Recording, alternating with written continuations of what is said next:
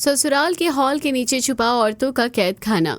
दोनों बहुएं कैद खाने के अंदर भूखी थीं। गंगा को देखकर उनके अंदर कुछ उम्मीद सी जागी कि शायद उनकी सास उन्हें कुछ देगी। गंगा ने जैसे ही थाली को खोला तो उसमें एक बेल्ट थी। ओह, अच्छा तो ये है खाने की चीज, क्या बात है, खिलाओ गंगा। अब मैं तो सास हूँ, मैं तो कहीं भी अच्छी लगूंगी कुछ। सौरभ और आरव तुम खिलाओ, ये तुम्हारी ही तो पत्नियां हैं। अरे जी माँ लाइए। नहीं नहीं नहीं नहीं नहीं, ऐसा नहीं कीजिएगा आरव जी, नहीं। अरे ऐसे कैसे नहीं हुई, अब माँ इतने प्यार से लाई है तो खाना तो अब पड़ेगा। आरव ने अपनी ही पत्नी को बहुत ही जोरों से मारा, जिसके बाद सौरभ ने भी सुरभि को ऐसे ही मारा। तो वहीं दूसरी तरफ आज रात तो मैं पानी ही रखना भूल गई। ये किस तरह की आवाज आ रही है? क्या ये हमारे घर से ही आ रही है या फिर? तारा आवाज को महसूस करने लगी, लेकिन वो आवाज हॉल के नीचे के कैद खाने से आ रही थी। महसूस करते करते तारा सोफे तक पहुंची, जो कि हटा हुआ था, और तारा को कैद खाने का दरवाजा दिखाई दे गया। ये क्या है? तारा उसमें नीचे गई तो उसने सारा मंजर देख लिया। ये क्या? मुझे यहाँ कुछ न कुछ तो गड़बड़ लग रही है। भाभी! तारा ने सुरभि और नैना को आवाज लगा दी, जिसके बाद तारा को भी गंगा और बाकी सब ने देख लिया। लेकिन अब देखने की बात यह थी कि तारा के साथ वहां पर क्या होता। क्या उसके घर वाले उससे डर जाएंगे या उसको भी कैदी बना लेंगे? और वो लोग ऐसा कर क्यों रहे थे, जानने के लिए कहानी में बने रहिए। उस लड़की ने ना मेरा खून पी लिया है। मन तो करता है कि एक झापड़ खींच के लगाऊं। रिलैक्स, ऐसी छोटी छोटी बातों पर गुस्सा नहीं करते हैं तारा। अच्छा वो सब छोड़, ये बता कि एक मिनट को तू चुप हो और मेरी बात का जवाब दे। ये लड़की क्यों रो रही है? कौन? अच्छा ये सौम्या। तुझे नहीं पता है कि इस बेचारी के साथ क्या हो रहा है? इसका तो जीना ही मुश्किल हो गया है।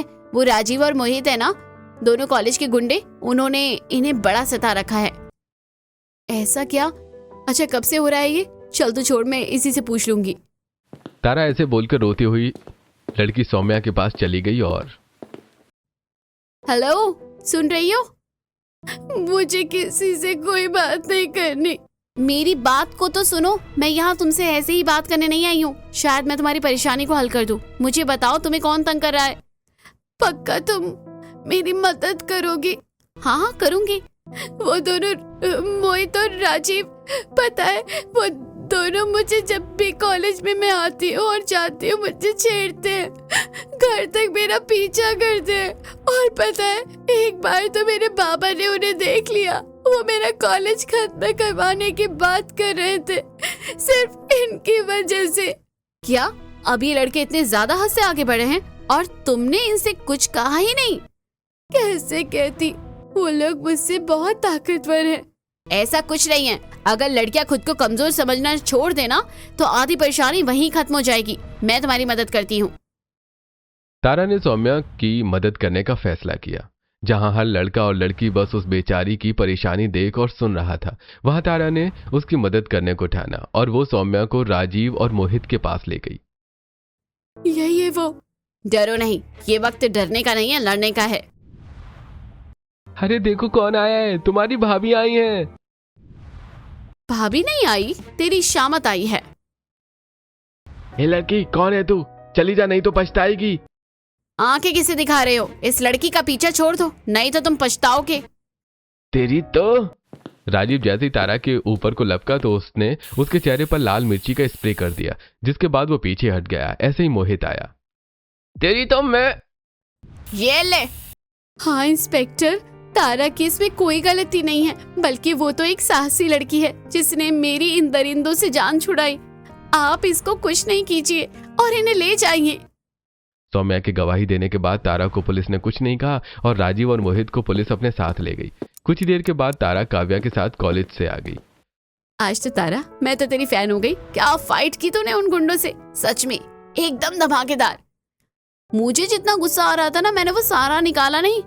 एक ना एक तो आज मेरे हाथों से स्वर्ग से हार जाता। अच्छा चल, घर आ गया, कल मिलते हैं।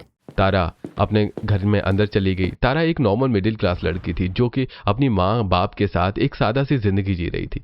लेकिन तारा एक बहुत बहादुर लड़की थी। वो कहीं पर भी अन्याय देखती तो उसका खून खौल उठता और वो अपने लिए स्टैंड भी लेना जानती थी, जिसकी वजह से लोग उसको गलत भी समझ लेते हैं। ऐसे ही आज के दिन भी तारा एक लड़की की मदद करके घर पहुंची और मैं घर आ गई माँ। तुझे समझ नहीं आता है? क्या हो गया माँ? आपने मुझे मारा क्यों? तुझे मारा तो तुझे बुरा लग रहा है, और जब यही सब तू बाकी लोगों के साथ करती है, जब तुझे नहीं लगता है कुछ? हाँ, लेकिन माँ मैंने किया क्या है? तूने क्यों क्या किया ऐसा? तूने क्यों किया ऐसा? आज भी तूने कॉलेज में लड़ाई की ना, मार पिटाई की ना। तुझे क्या लगता है कि तू घर से चली गई तो मेरी पहुंच से भी निकल गई? सारी खबर मिलती है मुझे तेरी। समझ आया तुझे? आज क्यों लड़ाई की तूने? कितनी मुश्किल से तुझे हम दोनों माँ बाप ने इस कॉलेज में तुझे एडमिशन दिलवाया था। जो कोई तेरा नाम सुनता मना कर देता। तू चाहती है कि तेरा नाम यहाँ से भी कट जाए? माँ मुझे बोलने का मौका तो दीजिए। आज हाँ मैंने मार पिटाई की, लेकिन अपने लिए नहीं, एक ऐसी लड़की के लिए जो खुद अपने लिए स्टैंड लेने से घबरा रही थी। तारा ने अपनी माँ को पूरी बात बताई, जिसको सुनने के बाद रेखा की आंखें फट गईं और उसने तारा को लिपटा लिया। माफ करना बेटा, मुझे तो लगा था कि आज तूने फिर से बेवजह किसी को गुस्से में मारा है, लेकिन तू तो मदद कर रही थी। मुझे मेरी बेटी पर गर्व है। रेखा ऐसे ही बोलने लगी। तारा की आंखों में आंसू आ गए थे। कुछ ही देर के बाद तारा नहा धोकर साफ हो गई और दोनों माँ बेटी ने साथ में खाना खाया। साथ ही शाम को तारा का बाप अनिल घर आया और आ गए आप अनिल जी? पता है आज आपकी बेटी ने कितना अच्छा काम किया है? हाँ जानता हूँ। क्या हुआ? क्या बात है बाबा, आप कुछ परेशान लग रहे हैं। बेटा जब औलाद के काम रुक जाते हैं ना तो माँ बाप परेशान ही होते हैं। कौन से काम? तुम्हें पता है तुम्हारे पीछे ऑफिस में ही मेरे पास तारा के लिए कितने रिश्ते आते हैं, लेकिन जब उन लोगों को तारा के बारे में पता चलता है कि वो कैसी है, उसका मिजाज कैसा है और कैसा उसका बर्ताव है, तो हर कोई मना कर देता है।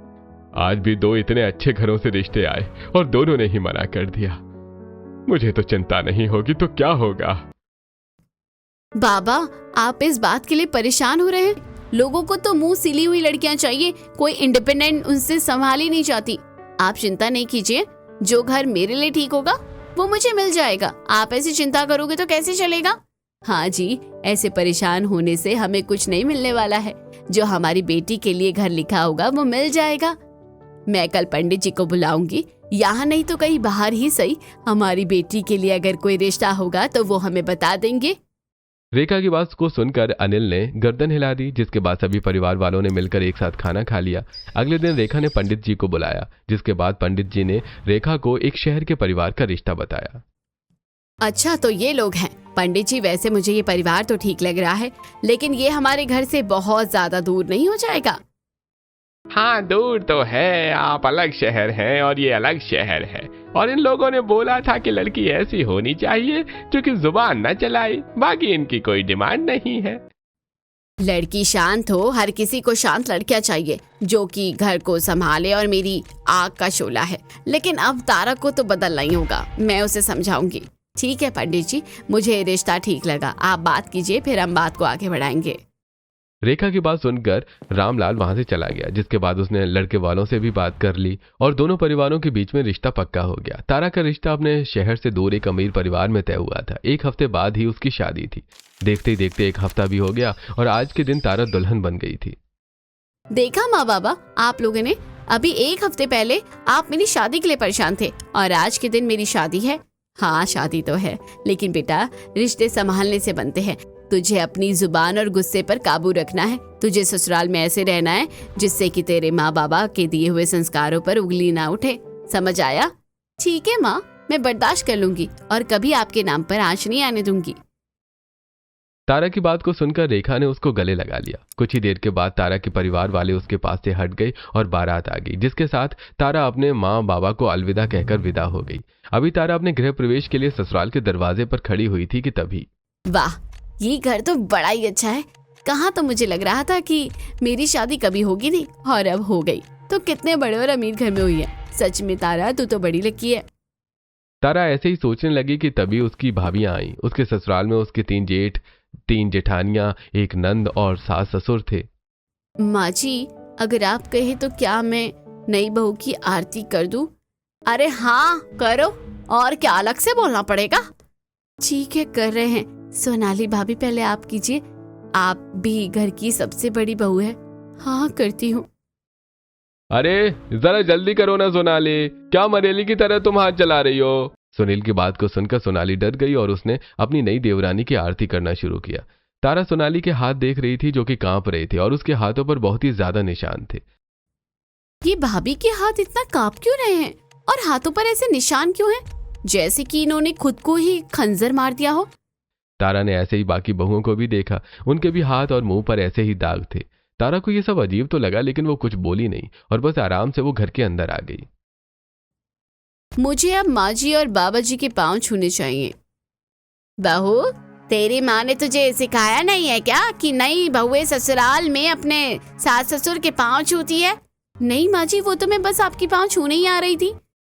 बहुओं को जवाब नहीं देने चाहिए। सुना नहीं है क्या कि नई बहुएं कम बोलती हुई ही अच्छी लगती हैं? अरे बाबा, आप लोग मुझसे सवाल कर रहे थे, अब क्या मैं जवाब भी ना देती? तारा चुप हो जाओ, तुम नई नवेली बहू हो और जानती हो शर्म बहू का सबसे बड़ा कहना है। थोड़ी सी कम बोलोगी तो सभी को अच्छी लगोगी। सुरभि ने ऐसे ही तारा को चुप करवा दिया, जिसके बाद तारा कंफ्यूज से अपने कमरे में आ गई। तारा का कमरा काफी बड़ा और सुंदर था, जिसको देखने के बाद वो बोली, अरे वाह आरुष जी, कमरा तो कितना अच्छा है। बहुत बढ़िया। ये क्या आरुष, आज हमारी शादी हुई है, हमें कमरे में आए हुए 1 मिनट तक नहीं हुआ और आप एक ही फोन में लग गए हैं। क्या क्या बोली तुम? क्या हुआ? मैंने तो ऐसा कुछ भी नहीं कहा जितना आपको बुरा लग रहा है। देखो तुम्हारी ना जबान बहुत ज्यादा चल रही है, इसको जरा कम चलाओ, इसी में तुम्हारी भलाई है, समझ आया? क्या मतलब? नहीं नहीं नहीं तारा, तू गुस्सा नहीं कर सकती। अपनी माँ से किया हुआ वादा याद रख, ये तेरा ससुराल है। तारा ने खुद को किसी तरह से शांत कर दिया। कुछ ही देर के बाद वो सो गई और ऐसे ही अगले दिन आज तारा की पहली रसोई थी, जिसके लिए तारा 10 बजे उठकर आई। नमस्ते। नमस्ते, उठ गई आप महारानी? ससुराल में पहले ही दिन देर करके कौन उठता है? रात को हम कितनी देर से घर आए, उसके बाद नई जगह पर सोने में भी मुझे वक्त लग गया। तेरे पास हर बात का उत्तर होता है। मैंने पूछा क्या तुझसे? नहीं माँ जी, वो। तारा बस करो, जब माँ जी कुछ कह रही हैं तो सुन लो, हर एक बात का जवाब देना लाजमी नहीं है। तुम लोग क्या गूंगे का गुड़ खाए हुए हो? हाँ, जो हर बात को यही बोलते रहते हो। ठीक है। तारा पूरी कोशिश कर रही थी कि वो अपने परिवार वालों से जुबान न लड़ाए। ऐसे ही उसने अपने ऊपर काबू किया कि कुछ ही देर के बाद तारा की पहली रसोई की बात शुरू हुई। माँ, भूख लग रही है, खाना बनवाओ।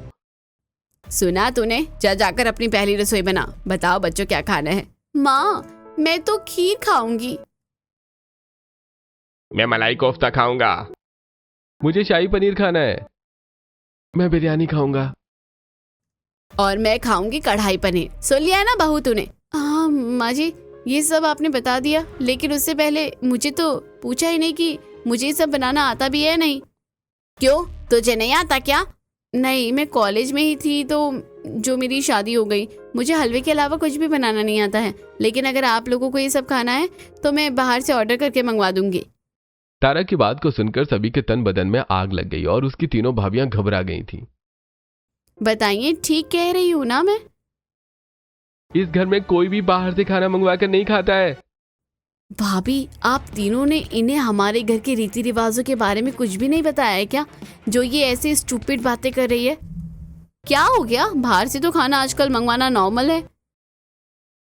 तारा ऐसे ही सोचने लगी। अभी उसने ऐसे बोला ही था कि तभी उसकी सास गुस्से में बोली, ये जो तेरी जुबान है ना, इसको ज्यादा मुझे दिखाने की जरूरत नहीं है, समझ आया तुझे? चल जाकर खाना बना। और बहू तुम, इसको हमारे घर के उसूल भी बताओ और इसको ना समझ को खाना बनाना भी बताओ। आइंदा इस घर में ऐसी बात ना हो जाए जो कि हमारे उसूलों के खिलाफ हो, नहीं तो सजा तुम्हें भी मिलेगी। गंगा की बात को सुनकर तीनों बहुएं बहुत घबरा गईं और तारा को रसोई में ले आई, जहां वो उसको खाना बनाना बताने लगी। तारा, चलो तुम पहले खीर बना लो, उसके बाद जब वो कटोरी में निकल जाएगी तो वो ठंडी हो जाएगी और इतने में तुम खाना बना लेना। अच्छा ठीक है। भाभी, वैसे क्या मैं एक बात पूछूं, आज सभी लोग इतने ज्यादा माँ जी से डरते क्यों हैं? मेरा मतलब है कि अगर बाहर से खाना आ भी जाता तो क्या हो जाता? तारा की बात को सुनकर सभी बहुओं की आंखें फट गईं, जैसे मानो उसने क्या बोल दिया हो। और भगवान के लिए तारा, अब इस शब्द को मुंह से भी नहीं निकालना, नहीं तो तुम्हारी ये नादानी हम सभी के लिए भारी पड़ जाएगी। पर अब तुम काम कर रही हो ना, तो काम पर ध्यान दो। और हाँ, एक और बात, तुम ना अपने मुंह पर ताला लगाना सीख लो, तब सही रहेगा। अगर कोई किसी बात पर डांटे ना तो सुन लो, कोई भी कुछ कह रहा हो उसके ऊपर ध्यान नहीं दो। और तीसरा, अगर कोई कुछ बनाने को कहे तो खामोशी से रसोई में जाओ। कभी ये सवाल नहीं करना कि वो चीज कैसे बनेगी। कुछ पूछना हो तो हमारे पास आना, लेकिन भगवान के लिए ये सवाल अभी मत करो। सोनाली की बात को सुनकर तारा को कुछ समझ नहीं आ रहा था कि वो ऐसा क्यों बोल रही है, लेकिन वो सब कुछ सुनकर बस चुप रही। ऐसी कुछ ही देर के बाद अपनी भाभीियों की मदद से तारा का खाना बन गया और तारा ने वो सभी के आगे लगाया। ये लोग गूंगे हैं क्या? नई बहू ने खाना बनाया और इनके हलक से एक शब्द तारीफ का नहीं निकल रहा है। मैं ही पूछ लूं क्या इनसे कि कैसा बना है? नहीं, भाभी ने मना किया था। कंट्रोल तारा, कंट्रोल। तारा ने कैसे कैसे खुद को बोलने के लिए काबू किया। कुछ ही देर के बाद सभी खाना खाकर निपट गए, जिसको बहू ने समेट दिया। ऐसे ही अब तारा की शादी हुए 1 हफ्ता हो चुका था। वैसे तो इस 1 हफ्ते में सभी कुछ ठीक ही रहा था, लेकिन इस 1 हफ्ते में तारा ने अपने घर वालों का एक दूसरे के साथ बर्ताव जरा भी घुला मिला नहीं देखा था। ऐसे ही उसके ससुराल के दिन बीत रहे थे और आज के दिन तारा अपनी छोटी दोनों भाभीियों के साथ बाजार आई हुई थी। भाभी, सारा सामान हमने ले तो लिया है ना? कुछ रहा तो ही नहीं है ना? हाँ, ले तो लिया है। अब जल्दी से घर चलो, 1 घंटा होने वाला है। अरे हाँ, 1 घंटा होने में बस 15 मिनट बाकी है। चलो चलो घर चलो, नहीं तो हम लेट हो जाएंगे। आज तो आप लोग मुझे बता ही दीजिए कि ऐसा भी क्या कर देंगे माँ जी अगर आप 1 मिनट लेट भी हो गई तो? भाभी, अब हम क्या ही बताएं। एक तरफ दोनों बहुएं एक दूसरे का मुंह देख रही थी तो वहीं दूसरी तरफ घर में सोनाली, तू इतनी जिम्मेदारी से काम कर रही है। माँ जी, नहीं, वो बात है कि मुझसे ये गिलास गलती से गिर गया है। सच में गलती तो गलती से ही होती है, लेकिन ये बात तो तू भी जानती है ना कि मेरे घर में गलती की माफी सजा दी जाती है। गंगा ने ऐसे बोलकर सोनाली के बालों को पकड़ लिया और इन आवाजों को निकालना बंद कर, नहीं तो मुझसे बुरा कोई नहीं होगा, समझ आया? चल मेरे साथ। नहीं माँ जी, माफ कर दीजिए।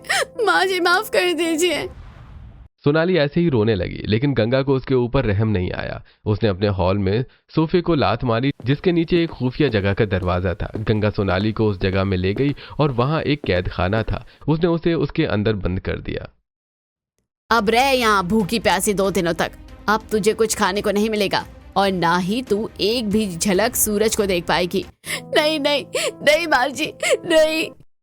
सोनाली ने गंगा को खूब आवाजें लगाई, लेकिन गंगा ने उसकी एक भी नहीं सुनी और वो उसको वहां कैद खाने में बंद करके बाहर आ गई। कुछ ही देर के बाद तीनों बहुएं घर को आईं। घर में एक अलग ही सन्नाटा था। हम घर आ गए माँ जी। आ गई तो क्या मैं अचार बनाऊं? बाहर से ही चिल्लाते हुए क्यों आ रही हो? माफ कर दीजिए माँ जी, सोनाली भाभी कहीं दिख नहीं रही है। सोनाली यहाँ नहीं है। कहाँ गई है? मुझे नहीं पता। गंगा ऐसे बोलकर चली गई। घर में गंगा के सिवा सोनाली के साथ कोई नहीं था, जिसकी वजह से बहुएं समझ गईं कि सोनाली कैद खाने के अंदर है। भाभी, लगता है कि माँ जी ने आज फिर से सोनाली भाभी को कैद खाने के अंदर डाल दिया है। हाँ, मुझे भी बहुत डर लग रहा है। अब हम लोगों को भी संभल कर रहना पड़ेगा। एक छोटी सी गलती हमें कैद खाने पहुंचा सकती है। दोनों ही बहुएं सतर्क हो गईं। वहीं तारा को इस बारे में कुछ पता भी नहीं था। ऐसे ही शाम हो गई और शाम के वक्त तक भी सोनाली नहीं आई थी। सभी घर वाले आ गए थे। सभी खाना खा रहे थे कि तारा बोली, माँ जी, भाभी कहाँ है? वो तो अभी भी नहीं आई है। सुनील भाई, भाभी को आपने कहीं देखा? क्या सोनाली कहीं गई हुई है माँ? हाँ, गई हुई है, लेकिन मैंने भेजा है, तो गुस्सा करने की बात नहीं है। ओह, फिर तो ठीक है। अरे माँ भेजती हैं तो सही जगह ही भेजती हैं। सही कहा। क्या बात है, माँ का तो मेरे सभी भाइयों को पता है कि माँ जो करेगी ठीक करेगी। पूरा परिवार ही मिला हुआ था। सोनाली का कैद खाने में जाना उसके पति को भी बुरा नहीं लग रहा था। सभी ने ऐसी बातों को गोल कर दिया और तारा ने भी फिर ज्यादा ध्यान नहीं दिया। ऐसे ही अगली सुबह जब तारा उठकर आई तो सोनाली घर में ही थी। भाभी, आप आ गई? कहाँ थी आप? आप कितनी कमजोर लग रही हैं। वो मेरी माँ की तबीयत सही नहीं थी, मैं वहां गई थी और कुछ नहीं। पक्का? मुझे लगता है कि आप मुझसे कुछ छुपा रही हो। क्या छिपाएंगे भाभी तुमसे? हाँ चलो, मुझे भूख लग रही है, कुछ खाने को दो। सही कहा, मुझे भी भूख लगी है, कुछ खाने को लाइए। तारा सभी की बात को सुनकर रसोई में आ गई। उसने सभी को नाश्ता दिया, जिसके बाद वो छत पर कपड़े सुखाने को चली गई। अभी तारा कपड़े ही सुखा रही थी कि उसे कुछ आवाजें महसूस हुई। मुझे ऐसे क्यों लगा कि जैसे कोई चिल्लाया हो, शायद मेरा वहम हो। तारा ने ऐसे बोलकर बात को खत्म कर दिया, जिसके बाद उसने ध्यान नहीं दिया। वहीं नीचे उसके घर वाले सुरभि और नैना के ऊपर जुल्म कर रहे थे। हाँ, अब बोलना, क्या बोल रही थी आप? पूनम, मैंने तुम्हें कहाँ कुछ कहा था। मैं तो बस ये बोल रही थी कि दुनिया कितनी बड़ी है, इस घर में सभी को सब करने की आजादी है। बस बहुओं को नहीं। क्योंकि तुम हमारे काम करने वाली हो, समझ आया? हम तुम्हें यहाँ रख रहे हैं, ये हमारा एहसान है। आई बड़ी दुनिया बड़ी और छोटी बताने वाली। हर छोटे दिन में ये सभी के पंख क्यों निकलते रहते हैं? बेटा चलो, इन दोनों को भी कैद खाने की हवा खाए हुए वक्त हो गया है।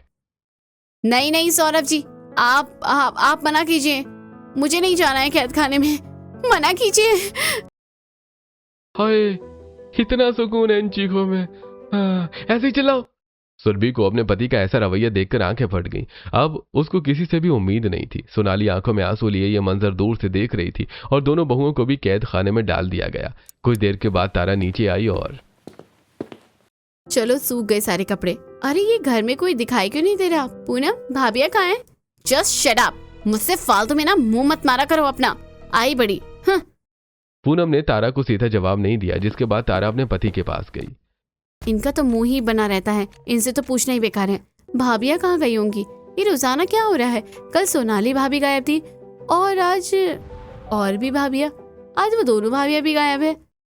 तारा ऐसी कंफ्यूज होने लगी, लेकिन उसको रात तक भी पता नहीं चल पाया था कि सुरभि और नैना कहाँ गई थी। ऐसी आधी रात को केशव जी, लगता है कि अब बहुओं को कुछ खाने को दे देने चाहिए, आप मेरे साथ चलिए। गंगा और केशव ऐसे बोलकर एक थाली लेकर कैद खाने में गए, जहां उनके बेटे सौरभ और आरव पहले से मौजूद थे। तुम दोनों यहाँ क्या कर रही हो? माँ, हम तो इनका हाल जानने को आए थे कि यहाँ मजा तो आ रहा है या नहीं। अच्छा, बड़े ही समझदार हो गए हैं मेरे बच्चे तो।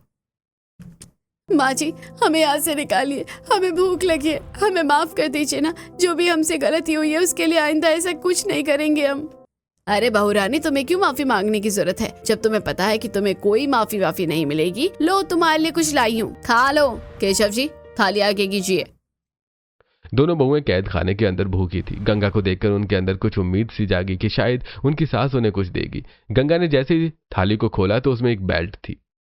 ओह, अच्छा तो ये है खाने की चीज, क्या बात है।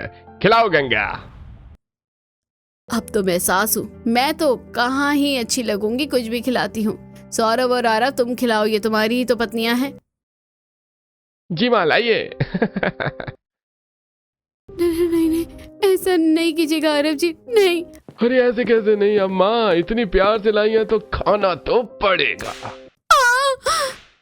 आरव ने अपनी ही पत्नी को बहुत ही जोरों से मारा, जिसके बाद आरव ने भी सुरभि को ऐसे ही मारा। एक तरफ को उन्हें मार रहे थे तो वहीं दूसरी तरफ। आज रात तो मैं पानी ही रखना भूल गई। ये किस तरह की आवाज आ रही है? क्या ये हमारे घर से ही आ रही है या फिर? तारा आवाज को महसूस करने लगी, लेकिन वो आवाज हॉल के नीचे के कैद खाने से आ रही थी। महसूस करते करते तारा सोफे तक पहुंची, जो कि हटा हुआ था, और तारा को कैद खाने का दरवाजा दिखाई दे गया। ये क्या है? तारा उसमें नीचे गई तो उसने सारा मंजर देख लिया। मुझे यहाँ कुछ न कुछ गड़बड़ तो लग ही रही थी। भाभी? तारा ने सुरभि और नैना को आवाज लगा दी, जिसके बाद तारा को भी गंगा और बाकी सबने देख लिया। तारा को देखते ही आरव और सौरभ ने उसके ऊपर भी अटैक किया और तारा को भी उन्होंने बंदी बना दिया। क्या है ये सब? ये कैद खाना है। जिन बहुओं की जुबान तेरी तरह तेज चलती है ना, उनकी जुबान यहाँ आकर काबू में आ जाती है, समझ आया? बाहर निकालो मुझे। अब तुम यहाँ ही मजे करो, क्योंकि तुम्हारे काम ऐसे नहीं है कि तुम्हें निकाला जाए। केशव ऐसे बोलकर सभी को बाहर ले आया। वहीं तारा को अब बहुओं ने सब बता दिया था। हम नहीं चाहते थे तारा कि तुम्हें कभी ये दिन देखना पड़े, इसलिए हम तुम्हें समझाते थे और रोकते थे। ये तो बहुत ही ज्यादा गलत बात है भाभी। आपको इन्होंने मारा है, आप लोग खामोश क्यों हैं? अपने लिए आवाज उठाइए। बिना आवाज उठाए तो ये हाल है, कभी बोलने लगे तो क्या हाल करेंगे तारा? हम आवाज नहीं उठाएंगे। हाँ तो झेलते रहिए फिर इन सभी को, क्योंकि ये तो बाज आएंगे नहीं। तारा को गुस्सा आ गया था। अब वो सोच चुकी थी कि एक बार वो कैद खाने से निकल जाए तो वो अपने परिवार को बताएगी। 3 दिन बहुओं को घर वालों ने बंद रखा और उसके बाद उन्हें निकाला। वेलकम। अब शायद हर एक को अकल और अपनी औकात समझ आ ही गई होगी, क्यों है ना? अच्छा होगा कि तू खामोश रहे। तारा, तुम्हारी हिम्मत भी कैसे हुई? मेरे पास नहीं आना। हाँ, अब तुम मेरा असली रूप देखोगे, और किसी के भी बाप में दम हो ना तो मुझे रोक कर दिखाए। तारा अब अपनी पर आ गई थी। पूनम गाल पर हाथ रखकर खड़ी रही और उसने तारा की शिकायत गंगा से कर दी। सभी बहुएं घबराई हुई थी कि गंगा आई। क्यों री तारा, आसमान में असली का तारा बनकर चमकने की ख्वाहिश है क्या तेरी? बोल, मेरी बेटी पर हाथ चलाया है? छोड़ दे मेरी बाजू को, छोड़ दे मेरी बाजू को। तारा ने गंगा की बाजू को भी पकड़ लिया, जिसके बाद छोड़ो तारा, मेरी माँ की बाजू छोड़ो। छोड़ रही हूँ, जरा मोड़ तो दूं। ये लो, तुमने आग से खेला है तो अब जलना तो पड़ेगा ना माँ जी। तारा के सामने अब अपने परिवार की सच्चाई थी। वो ऐसे ही गुस्से में उन लोगों को मजा चखाने लगी। जिसके बाद वो टेबल पर खाना खाने को बैठ गई, लेकिन किसी की इतनी हिम्मत नहीं थी कि वो उसके पास आकर कुछ कह पाए। ऐसे कुछ दिन और गुजरे और अब तारा को जो दिल करता वो ही करती और वैसे ही करती थी। ऐसे ही आज के दिन वो बाहर थी। आरुष, ये तारा कहाँ है? मुझे नहीं पता है। इससे अपनी पत्नी को ही संभाला नहीं जा रहा है। अरे भाई, आप ऐसे बोल रहे हो जैसे कि सब मेरे हाथ में हो। ये तारा कहाँ गई हुई है?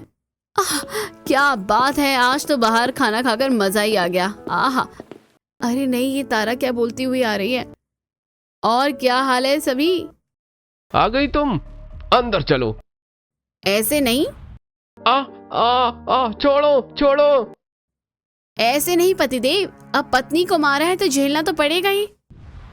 तारा ने उल्टा आरुष के ही बालों को खींच दिया। ये देखकर तीनों बहुएं ही हैरान हो गईं। तारा के पास के सभी हट चुके थे। वो अपने कमरे में चली गई कि तभी बहुएं भी पीछे से आईं। अरे आप सभी आइए, आ ही रहे हैं। तारा क्यों कर रही हो ऐसा? ये लोग बहुत ज्यादा खतरनाक हैं। तो क्या इन लोगों के पांव तले कुचल कर अपनी जिंदगी को नर्क बना दूं? गलत मैं नहीं कर रही हूँ भाभी, गलत आप हैं। सुना नहीं क्या आपने? अपराध करने वाले से बड़ा अपराधी वो है जो उस अपराध को बर्दाश्त करे, और मैं एक अपराधी नहीं बन सकती। मैं तो देखती हूँ कि आप ये सब कैसे झेल लेती हैं। मैं तो उन लोगों की बकवास अब 1 मिनट नहीं झेल पाऊंगी। हाँ लेकिन भाभी, आप घबराइए मत, मेरा साथ दीजिए, मेरे साथ खड़े होइए। देखिए, मैं आपको इन लोगों से आजाद करवा दूंगी। तारा की बात को सुनकर अब बहुओं को भी एहसास हुआ, लेकिन उनकी बातें पूनम ने सुन ली थी। उसने अपने घर वालों को सभी कुछ बता दिया। ठीक है, एक खेल तुम खेलो, एक खेल मैं खेलती हूँ। ऐसे ही अगला दिन आया। बहुओं ने अपनी आजादी के लिए आज पहला कदम बढ़ाया था। वो सभी तैयार हो गई और डरते डरते तारा के साथ गंगा के सामने गई। घर में बस गंगा ही थी। मम्मा जी, हम बाहर जा रहे हैं, शाम को आएंगे। ठीक है बहू, जाओ। क्या सच में माँ जी? हाँ, क्यों नहीं। अब मुझे नहीं लगता कि मुझे तुम्हें ऐसे बंदी रखना चाहिए। तुम्हारी भी तो जिंदगी है ना, क्यों नहीं जाओ? लेकिन सोनाली, तू रुक जा जरा, मैं नहाने जा रही हूँ। तू तो मेरी साड़ी को इस्त्री कर दे। गंगा की बात को सुनकर सोनाली खुशी खुशी रुक गई। वहीं तारा, नैना और सुरभि के साथ आ गई थी। लेकिन गंगा ऐसे आसानी से सुधरने वाली चीज नहीं थी। उसने बहुओं के जाते ही एक इशारा किया और हथियार लेकर सभी छिपे हुए घरवाले निकल आए। आरव जी, बाबा, पूनम, आप सभी यहाँ हैं? बहुत पंख निकल आए हैं तेरे, चल अब तेरे पंखों को ही काटेंगे। सोनाली अपने परिवार वालों को देखकर घबरा गई। वो सभी उस पर वार करने को आगे बढ़े। आरव ने उसके हाथों को पकड़ लिया था। ऐसे ही अभी सोनाली डर ही रही थी कि तभी दरवाजे पर दस्तक हुई और खबरदार, जो किसी ने कुछ भी करने की कोशिश की। पुलिस? भाभी, तुम सभी घर वालों को गिरफ्तार किया जाता है और औरत को परेशान करने के लिए तुम सभी पर धारा भी लगाई जाती है। गीता ऐसे बोलकर सभी घर वालों को गिरफ्तार करके ले गई। सोनाली डरी हुई थी। मेरी तो जान ही निकल गई थी। तुम्हें कैसे पता चला कि ये लोग क्या कर रहे हैं? हमने तो सब सच मान लिया था, लेकिन तारा ने कहा कि ये सभी ऐसे आसानी से सुधरने वाली चीज नहीं है। जिसके बाद उसने घर में फोन रख दिया। हम बाहर तो थे लेकिन सब देख रहे थे, और ऐसे ही हमने पुलिस को बुला लिया और फिर देखा कि भाभी, हमने इन सभी का पर्दाफाश कर दिया। सही कहा था ना तारा ने कि जब तक अपराध को सहो तो वो तभी तक हावी ही रहता है। सोनाली की बात को सुनकर सभी मुस्कुरा दिए। अब बहू अपने ससुराल वालों से फ्री हो गई थी। उन्हें अब अपनी गलती की सजा जेल में मिल रही थी और अब सब ठीक हो गया था।